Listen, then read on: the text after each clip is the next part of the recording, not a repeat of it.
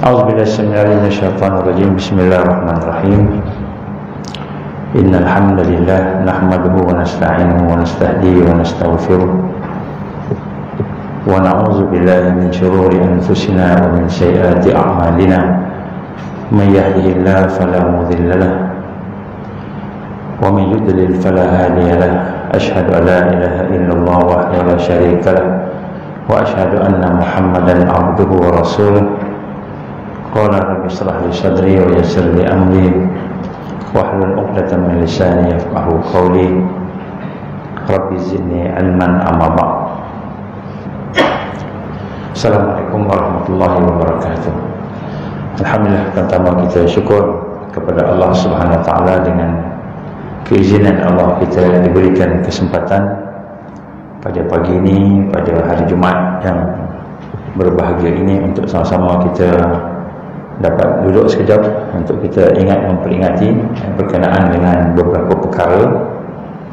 Sebagai insya-Allah saya diminta untuk bercerita sedikit tentang Palestin.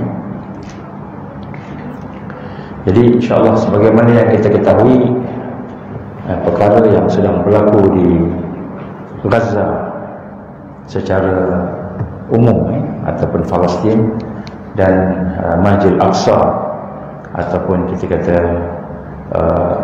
Baitul Maqdis secara khusus, kita dapati keadaan yang sedang berlaku merupakan suatu keadaan yang sebenarnya telah pun digambarkan oleh Rasulullah sallallahu alaihi wasallam, iaitu satu pertembungan yang sebenarnya julung-julung kalinya berlaku, iaitu di mana orang Islam menyerang Israel ataupun Yahudi, Zionis, dan peristiwa itu berlaku pada 7 Oktober 2023 yang lepas, yang mana pada masa itu kita mendengar berbagai perkara berkenaan dengan keburukan serangan. Jadi kita tidak tahu sebenarnya apa yang berlaku, media tidak keluarkan. Jadi apa yang kita nak sama-sama sebagai mukadimah ni berkongsi, iaitu peristiwa tersebut berlaku setelah 21 hari perayaan Sukkot, iaitu perayaan hari raya Yahudi menjambut tuaian, berlaku 21 hari di sana. Dan ketika peristiwa itu berlaku, orang-orang Yahudi telah merayakan perayaan Sukkot itu di dalam Masjid Aqsa. Maknanya sebelum ni dibuat di luar, tapi pada masa itu dibuat di dalam. Dan sepatutnya hari raya itu disambut hanya selama 7 hari, tetapi dia telah sambut selama 21 hari. Mereka cuba sebenarnya melaksanakan satu usul, satu bil, akta yang telah pun diluluskan oleh Parlimen Knesset Israel, iaitu pada tahun 2015 mereka telah menyatakan bahawa Masjid Aqsa, secara khusus Temple Mount ni maknanya dia punya, kita panggil Kubah As-Sakhrah, tempat dom yang kubah yang beremas. Jadi Temple Mount itu telah diberitahu, diisytiharkan sebagai milik orang Yahudi, walaupun sebenarnya hakikatnya telah diisytiharkan oleh dunia sebagai pemilikannya itu ialah pemilikan orang Islam. Jadi mereka telah membahagi-bahagikan masa dan hari. Ada masa untuk orang Yahudi beribadah di kawasan Masjid Al-Aqsa, ada masa orang Islam, ada masa orang Kristian. Perkara ini telah berlaku, dan lebih teruk lagi apabila berlaku perayaan Sukkot selama 21 hari yang mereka telah merayakan hari itu di dalam masjid dan di luar masjid. Ribuan datang, sekurang-kurangnya kurang-kurangnya 1000 orang Yahudi beribadah di dalam masjid pada masa itu, dengan cara bagi ceramah, dengan cara dia buat pesta sukaria, laki perempuan bergambar dan melakukan berbagai perkara yang tidak kita kata tidak beradab di dalam masjid. Dan kemudian kali ini telah menimbulkan kemarahan kepada orang Islam. Dan pada masa yang sama kita melihat orang Islam tidak dibenarkan masuk ke masjid. Kalau dibenarkan hanya orang-orang tertentu, dan kemudian orang tertentu itu pula terpilih. Jadi ini menambah lagi kemarahan umat Islam, sehingga pihak Hamas pada masa itu telah memberi amaran kepada Israel supaya tidak menceroboh masjid yang memang kepunyaan orang Islam. Dan pada masa yang sama juga berlaku kekejaman demi kekejaman yang di luar batasan manusia. Contoh, kalau dulu ada akta rumah kosong daripada parlimen di Israel, iaitu rumah-rumah orang Palestin yang kosong atau seperti ditinggalkan, maka boleh diambil oleh orang Yahudi. Itu akta dia, peraturannya. Jadi dia telah melampaui batas sampai peringkat sekarang ni orang ada dalam rumah pun dihalau keluar. Dikata sebagai rumah kosong. Begitulah. Dan banyak lagi lah perkara yang berlaku yang kemuncak menyebabkan umat Islam di Palestin marah. Dan di sinilah kita melihat bagaimana keadaan itu terus berjalan sehinggalah beberapa hari sebelum 7 hari bulan, lebih kurang seminggu atau 2 minggu sebelum testing 1 2 3 testing 1 2 3. Dengar tak cakap? Dengar? Tak dengar? Tak ada ni. Testing 1 2 3 4 5 6 7.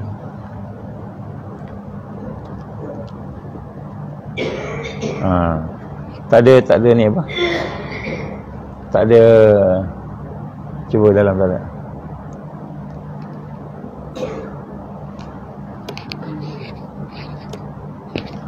Ada yang sabotaj. Saya cakap je lah kuat-kuat sikit Sehinggalah pada masa sebelum 7 hari bulan tu, 2 minggu atau seminggu lebih lah, lebih kurang gitu, dan kita dapati kapal-kapal perang Israel telah pun berada di perairan Gaza. Jadi 4 sehingga 8 kapal besar kapal perang, yang mana selalunya kapal-kapal perang tu bila berada di perairan Gaza sebelum ataupun kita beberapa hari sebelumnya, menunjukkan mereka akan mengadakan operasi tentera. Jadi apa yang digambarkan oleh pihak Israel, kononnya pihak Hamas ini, orang Palestin ni, baik, InsyaAllah. Jadi kononnya apa yang digambarkan oleh pihak Israel ni yang tu.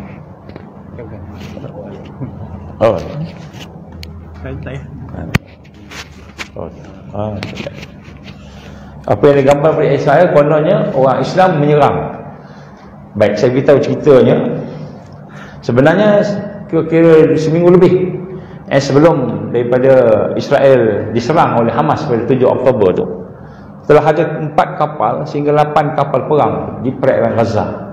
Kebiasaannya bila kapal tu mengepung dengan posisi yang sebagaimana yang mereka gambarkan tu, ialah mereka akan membuat serangan kepada Gaza seperti macam itu, selalunya macam itu.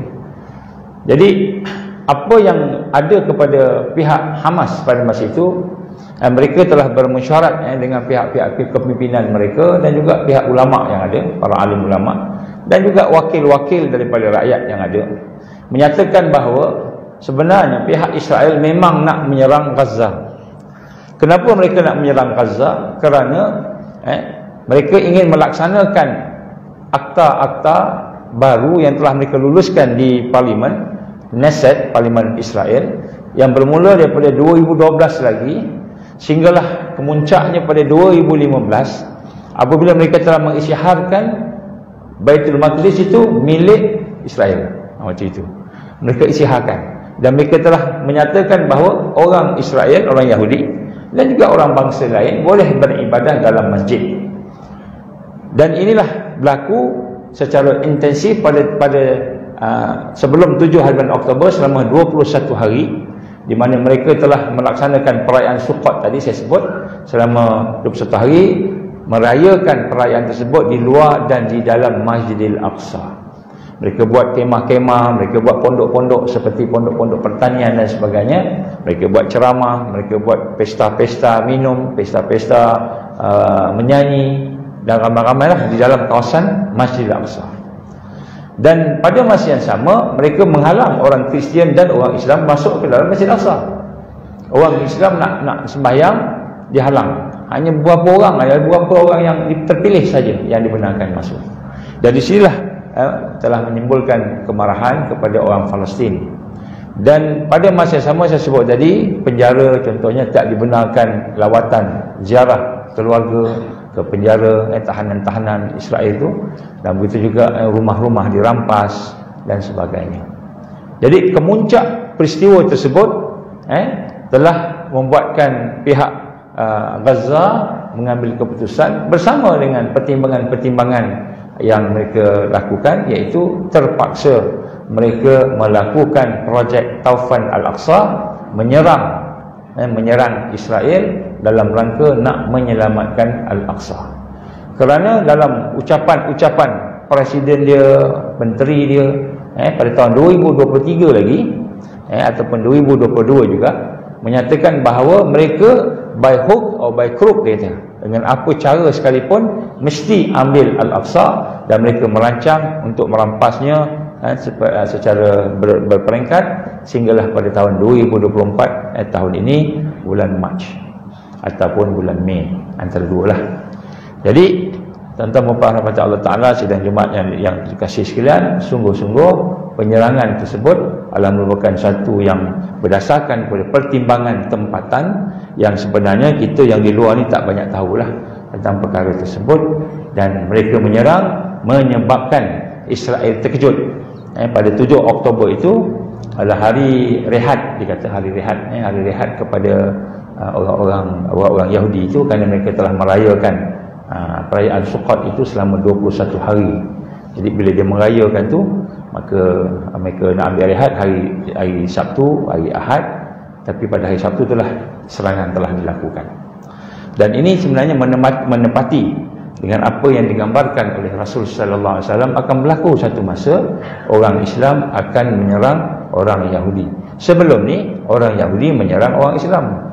Jadi sebelum ni orang-orang Yahudi dia serang Gaza, dia serang Al-Aqsa dan sebagainya, merampas tanah, merampas ladang, merampas rumah. Jadi sebelum ini orang Islam bertahan, dia serang, dia bomnya Gaza, dia bomnya Gaza. Kemudian orang Islam patah balik, tembak balik bom, akhirnya berdamai. Dia bom pula lagi, berdamai. Bulan puasa lagi banyaklah dia serang, sehinggalah puncaknya pada tahun 2014 bagi mereka meletupkan, menggunakan letupan yang terbesarlah pada masa itu. Baik. Jadi sebab itulah tuan-tuan rahmat Allah, sebenarnya Nabi SAW telah menyatakan dalam hadisnya, bagaimana telah diriwayatkan oleh Muslim, la taqumus sa'ah hatta yuqatil al-muslimun al-yahud. Tidak akan berlaku kiamat sehinggalah orang Islam menyerang orang-orang Yahudi.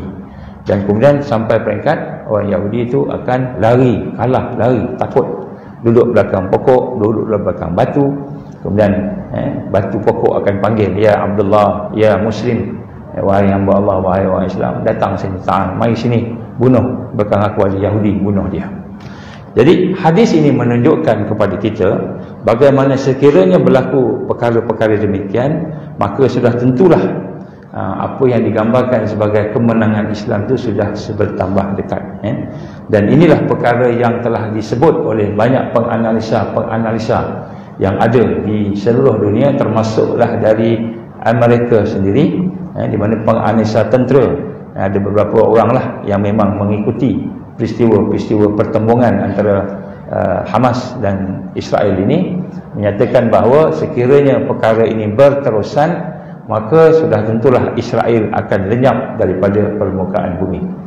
Dan ini juga digambarkan oleh pihak-pihak dari Israel sendiri. Sekarang ni sudah kira-kira lebih kurang hampir-hampir 1 juta, hampir-hampir 1 juta orang Israel yang telah keluar daripada Israel, takut, termasuklah sebahagian daripada menteri mereka. Jadi apa yang saya nak gambar di sini, Memang mereka mahu menghabiskan Hamas, yang bermakna menghabiskan pejuang-pejuang yang ada di sana secara total. Ini telah digambarkan oleh Netanyahu dan juga telah digambarkan oleh beberapa di kalangan mereka. Dan daripada sini saya nak membacakan satu hadis Nabi sallallahu alaihi wasallam. Hadis ini ada beberapa riwayat tapi saya bacakan daripada At-Tabrani rahimahullah, yang mengatakan dalam kitabnya Mu'jamul Kabir, bagaimana telah bersabda daripada Ahmad bin An-Nadr As-Askari, daripada Sa'id dan sebagainya, sampai ke Rasulullah sallallahu alaihi wasallam, daripada Ibn Abbas radhiyallahu anhu, bagaimana kata Rasulullah sallam, awwalu hadzal amr nubuwatun wa rahmah, summa yakunu khilafatan wa rahmah, summa yakunu mulkan wa rahmah, summa yakunu imaratan wa rahmah, summa yatakadamu alaihi takadu al-humur fa alaikum bil jihad wa innal afdal jihad wa innal afdal jihadikum ar-ribat wa inna afdal ribatikum askalan atau kama Rasul sallallahu alaihi wasallam. Ini daripada Ibn Abbas menggambarkan bahawa Nabi sallallahu alaihi wasallam telah bersabda, awal urusan yang diizinkan Allah ataupun adalah merupakan kenabian, nubuwatun wa rahmah, kenabian rahmat. Kemudian selepas itu summa yakun khilafatan wa rahmah, kemudian itulah kerajaan khilafah, khilafan dan rahmah, khulafa ar-rasyidin contohnya. Dan kemudian kerajaan ataupun raja-raja dan rahmah. Dan kemudian berikutnya adalah pemerintahan dan rahmah. Pemerintahan ini kalau dalam hadis yang lain, hadis Imam Ahmad, disebut mulkan jabariyan, iaitu mulkan kerajaan, pemerintahan yang menggagahi ataupun diktator. Dan kemudian kata ini pemerintahan dan rahmah. Dan kemudian mereka itu saling berebut, maknanya saling berperang, saling berebut-rebut sebagaimana gigitan keledai. Maka pada masa itu fa'alaikum bil jihad, maka pada masa itu ketika berlaku peperangan, perebutan, bagaimana gigitan keledai tadi, fa'alaikum bil jihad, maka hendaklah kamu berjihad. Wa inna afdal jihadikum, dan sebaik-baik jihad di kalangan kamu itu ar-ribat, iaitu kamu terikat dengan jihad, terikat dengan perjuangan. Jadi ar-ribat ni dia ada banyak maknanya, tapi secara umumnya terikat. Allah firman dalam Quran, ya ayyuhallazina amanu sabiru wasabiru warabitu wattaqullaha la'allakum tuflihun. Allah gambarkan bagaimana orang beriman sabar, kuatkan sabar, dan kemudian ikat diri kamu dengan kesabaran, ribat. Jadi seafdal jihad itu ialah ar-ribat. Maka wa inna afdal ribatikum, dan sesungguhnya seafdal ribat itu ialah askalan, iaitu di askalan. Jadi para ulama kita bila mengkaji tentang apakah yang ada pada masa itu tentang askalan maka mereka mendapati banyak zaman menyatakan bahawa seolah-olahnya Askalan dan Gaza ini adalah tempat yang sama. Kalau tengok dari sudut kedudukan lebih kurang 12 km ataupun 21 km, lebih kurang gitulah. Jadi nak gambarkan setengah-setengah tempat. Imam An-Nawawi pun sebut, contohnya Imam Asy-Syafi'i dilahirkan di Gaza. Pada masa yang lain digambarkan juga Imam Syafi'i dilahirkan di Askalan. Jadi Gaza Askalan ini lebih kurang samalah. Jadi dalam hadis ini menggambarkan kita menjaga, mengikat diri dengan perjuangan yang terbaik itulah di Askalan ataupun di Gaza. Dan di sinilah kita melihat bagaimana keadaan yang berlaku pada hari ini yang digambarkan oleh penganalisa sosio politik dan geopolitik dunia, menggambarkan sekiranya perkara itu tidak berhenti berterusan, maka dia akan sampai kepada fasa yang seterusnya, fasa ketiga, iaitu umat Islam daripada luar Palestin akan masuk ke dalam Palestin, masuk ke dalam Gaza. Dan inilah perkara yang amat ditakuti oleh Amerika dan juga oleh mereka yang bersama dengan mereka tadi. Kenapa? Kerana kalau kita tengok dari sejarah kita, bermula yang paling besar contohnya Afghanistan, peristiwa Afghanistan, bagaimana Afghanistan boleh mengalahkan USSR, Soviet Union. Pada masa itu yang hebatnya tu macam Amerika jugalah setanding, dan pada masa itu ketika mana Afghanistan itu mula mempunyai kekuatan setelah Syekh Abdul Azam Al-Syahid rahimahullah mula masuk dan menyatukan tribal, puak-puak yang ada di dalam Afghanistan. Kemudian setelah bersatu, digandingkan pula dengan para pejuang dari luar negara yang datang, termasuk dari Malaysia pun ada pada masa itu. Kerajaan kita pada masa itu membenarkan kalau ada siapa nak pergi sana buat jihad di Afghanistan pada masa itulah, kerana menggambarkan yang dilawan telah Rusia komunis, dan yang menyokong kejatuhan Rusia itulah Amerika. Maka antara negara yang mengizinkan untuk rakyatnya pergi itu adalah Malaysia, kalau kita ingatlah pada masa itu.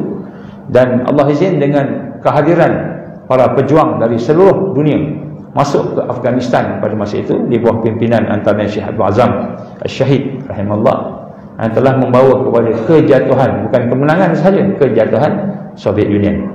Dan ini juga perkara yang berlaku sama dengan peristiwa-peristiwa yang lain yang berlaku setelah peperangan. Contohnya di Bosnia pun sama. Apabila Serbia mula menyerang Bosnia, pada masa itu disembelih. Saya ingat lagi pelajar-pelajar saya daripada Bosnia datang ke UAE, pelajar-pelajar dia yang bawa oleh kerajaan kita nak selamatkan mereka, menceritakan bagaimana satu kampung disembelih. Dia kumpulkan laki-laki, dia kumpulkan perempuan, berbaris macam itu, dia bukakan, suruh buka baju semua, dia tembak siapa yang berkhatan, dia tembak, menunjukkan dia orang Islam. Jadi kalau yang perempuan-perempuan tu pula dia perkosa, dia zalim, ada yang dibunuh dan sebagainya. Jadi itu peristiwa di Bosnia. Rakyat Bosnia berada dalam keadaan jauh daripada Islam pada masa itu. Jadi kalau minum arak ni biasa pada mereka, zina ni biasa pada orang-orang Bosnia pada masa itu sebelum perang. Jadi sehingga mereka tidak ada kekuatan nak berjihad, apa lagi semayang pun tak tahu ramai. Jadi apabila mereka datang sini, kita baru tahu keadaan Bosnia sebelum tu. Dan apakah, macam mana Bosnia boleh terselamat? Bukan sebab orang Bosnia bangkit lawan, tak, kerana kehadiran para pejuang dari luar Bosnia, termasuk dari Malaysia datang, termasuk dari tempat lain, negara-negara yang mula datang dan akhirnya berkumpul di sana, dan akhirnya berjaya menawan kubu-kubu kuat Serbia. Ini mujahidin dari seluruh dunia datang, orang Islam mula datang, berkumpul. Dan bila datang, saya ingat lagi yang terakhir sebelum perjanjian damai oleh United Nation pada masa itu, satu tempat di sempadan, satu bukit, bukit itu very strategik lah, yang mana akhirnya telah dapat ditawan oleh mujahidin pada waktu subuh, lepas subuh. Jadi adalah ceritanya itu. Baik, nak sebut kat sini, inilah perkara yang ditakuti oleh semua musuh Allah dan musuh Islam, terutamanya mereka yang memang nak menghancurkan Islam ini, iaitu bersatunya, bergabungnya seluruh orang yang Muslim yang beriman, terutamanya untuk menghabiskan sesuatu perkara tersebut. Dan inilah perkara yang amat ditakuti, Mereka memang nak habiskan Hamas dengan sombong, istikbara. Allah gambarkan mereka ni sombong. Netanyahu telah mengumumkan, kami boleh habiskan Hamas dalam masa seminggu je. Seminggu, paling-paling 2 minggu je Hamas habis. Dia kata begitulah, sombong. Jadi sekarang dah lebih dari 3 bulan tak habis-habis. Dan bila juru cakap daripada Hamas menggambarkan hanya lebih kurang 5,000 orang saja yang pergi, ada lebih kurang 35,000 lagi komando yang tak pergi, maka perkara ini amat menakutkan orang-orang Israel. Dan sekarang ni, semalam saya dapat berita telah ada tentera-tentera komando dari Amerika yang telah mula diarahkan masuk ke dalam Gaza. Jadi sebenarnya tanda yang baik. Apa tanda baik?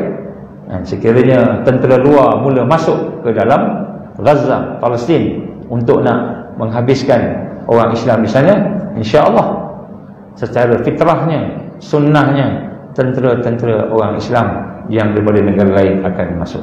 Dan sekiranya mujahidin dari luar negara masuk, tak kira lah dari Malaysia ke, dari Indonesia ke, dari mana-mana sahaja, maka ketika itulah mereka akan berada dalam keadaan yang sukar, insya-Allah. Sekiranya berterusan dalam masa setahun, 2 tahun, insya-Allah mungkin 3 tahun agaknya, kita akan dapat bebaskan Al-Aqsa.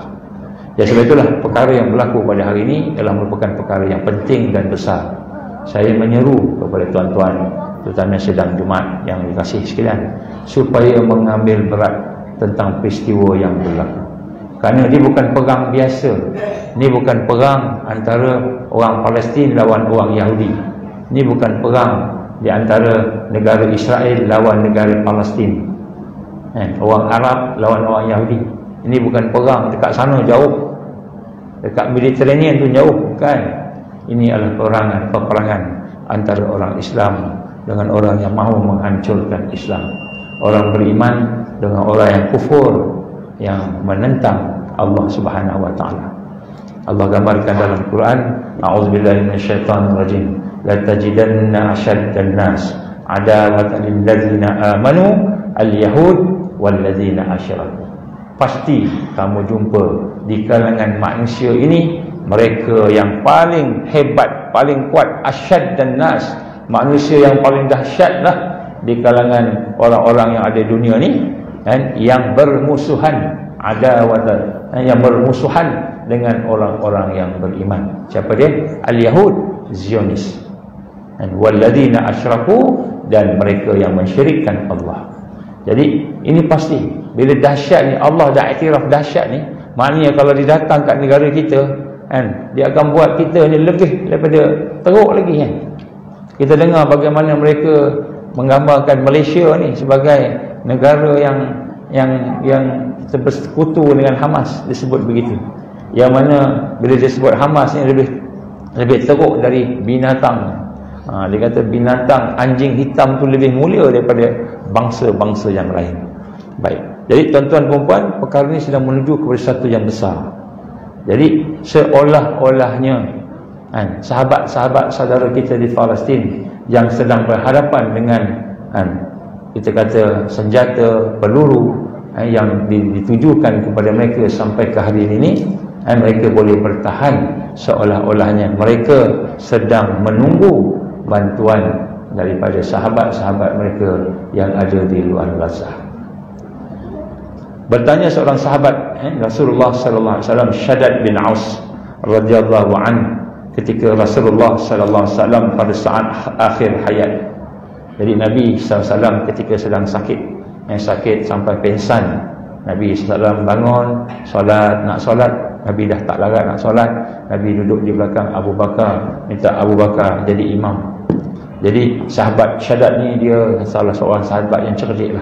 Dia tengok Nabi dah sakit ni, makin lama makin parah, makin sakit nampaknya, kan macam tak dedah kan lepas ni. Jadi Shaddad pun pergi bertanya kepada Rasul sallallahu alaihi wasallam ketika Nabi sakit.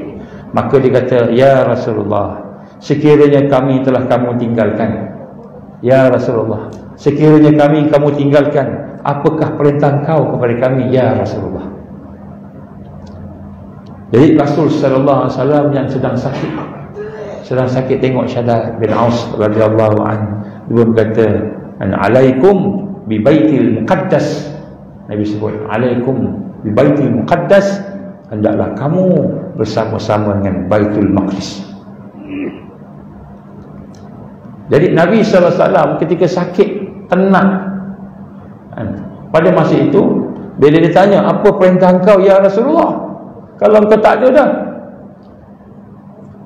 maka Nabi gambarkan kepada sahabat, alaikum bil baitil muqaddas, hendaklah kamu bersama-sama dengan Baitul Maqdis. Jadi di sini kita lihat, bukan Nabi kata hendaklah kamu tingkatkan takwa, hendaklah kamu pergi ke Masjidil Haram di Mekah, pahalanya 100,000 kali ganda, hendaklah kamu buat sekian. Tak. Nabi terus sebut alaikum bi baitil muqaddas. Apa maka Rasulullah sallallahu alaihi wasallam. Apa maksudnya? Nombor satu, Nabi kata kepada kita, sungguh-sungguh kamu kena kuatkan diri kamu, kamu kena tingkatkan diri kamu, siapkan diri kamu dengan iman yang kukuh, pegangan yang lurus, ibadah yang benar, dengan akhlak yang baik, dengan kekuatan-kekuatan perjuangan, pergi Baitul Maqdis. Kerana pada masa itu Baitul Maqdis bukan di bawah Islam, bukan, belum lagi. Dan Nabi suruh ke sana. Kenapa? Nabi gambarkan bahawa kamu kena kuatkan diri kamu sampai boleh membebaskan Baitul Maqdis. Dan apa berlaku setelah itu? Maka tak lama lepas itu Rasul SAW pun wafat.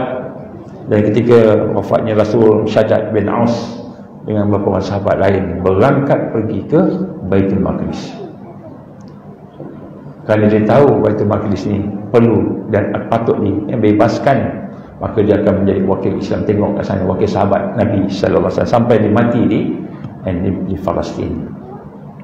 Daripada Abdullah bin Amr al-As radhiyallahu anhu telah berkata, saya mendengar Rasulullah sallallahu alaihi wasallam bersabda, akan terjadi hijrah sesudah hijrah, maka sebaik-baik penduduk bumi adalah orang yang mendiamkan tempat hijrahnya Ibrahim alaihissalam, iaitu Palestin. Lalu yang tersisa di muka bumi ini akan kamu akan menjumpa hanyalah orang-orang yang jahat. Maka bumi akan menolak mereka dan Allah akan menganggap mereka kotor, dan api akan mengiringi mereka bersama kera dan babi. Hadis riwayat Abu Daud sahih.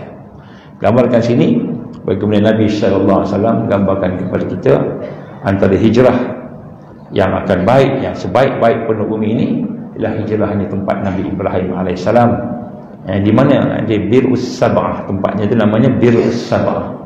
Masa kami kena tangkap dulu, masa peristiwa Flotilla, Mavi Mamara dulu, jadi kami telah dibawa ke penjara. Penjara itu dipanggil Bir Shiba. Jadi penjara Bir Shiba ni sebenarnya adalah tempat Nabi Allah Ibrahim alaihissalam. Tempat Nabi Allah Ibrahim alaihissalam itu dah jadi penjara. Dia jadikan penjara yang besar. Di situlah kami ditahan pada masa itu. Dan Nabi sallallahu alaihi wasallam menyatakan bahawa akan berlaku hijrah. Maknanya hijrah ni ada banyak makna lah. Hijrah ni ada banyak makna. Hijrah ni bukan makna pelarian. Setengah-setengah menteri kata pelarian. Hijrah ni orang pelarian. Itu salah, salah. Tak betul tu. Bukan pelarian. Hijrah ini adalah maknanya satu proses untuk membina kekuatan ataupun proses untuk membina apa yang digambarkan sebagai daulah. Daulah. Kalau hijrah Nabi sallallahu alaihi wasallam daripada Mekah menuju ke Madinah, untuk membina negara Islam di Madinah, dan kemudian negara Islam Madinah itu berkembang sehingga akhirnya sampailah ke pembukaan kota Mekah, Fathul Mekah, dan akhirnya sampailah kepada seluruh dunia kita pun dapat Islam. Jadi hijrah ni bukan melarikan diri, bukan pelarian, tapi hijrahnya proses untuk membina kekuatan. Jadi sebab itulah digambarkan sini antara tempat yang akan menjadi kekuatan di akhir zaman ialah Palestin.